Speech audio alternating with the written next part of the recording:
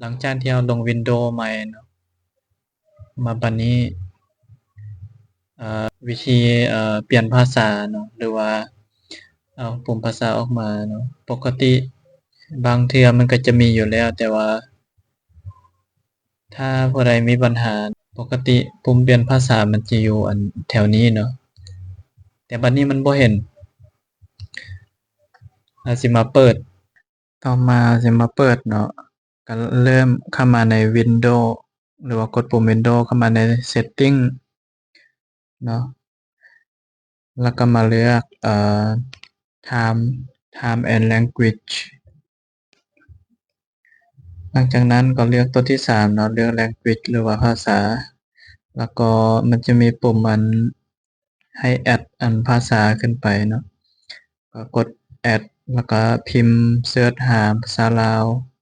หรือว่าภาษาใดก็ได้ที่เราต้องการจะลงเนาะจะใส่พิมพ์มันน่ะบ่แม่นภาษาอันของ Windows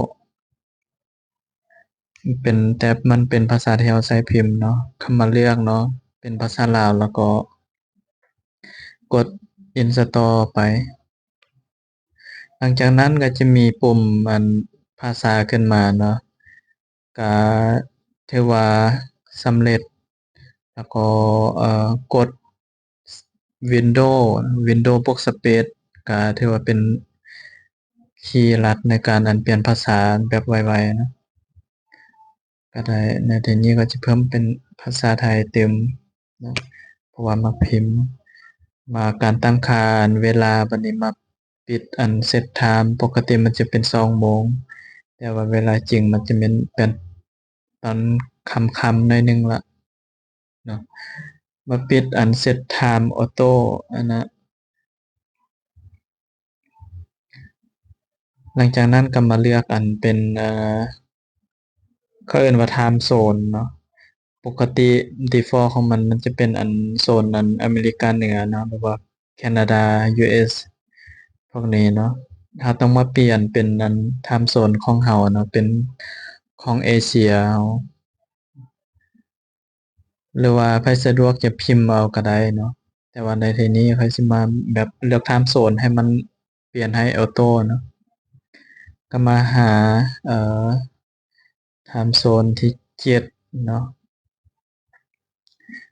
time zone ที่7time zone ที่7อยู่ไสนี่เนาะเป็นบางกอกฮานอยแล้วก็จาการ์ตาเนาะ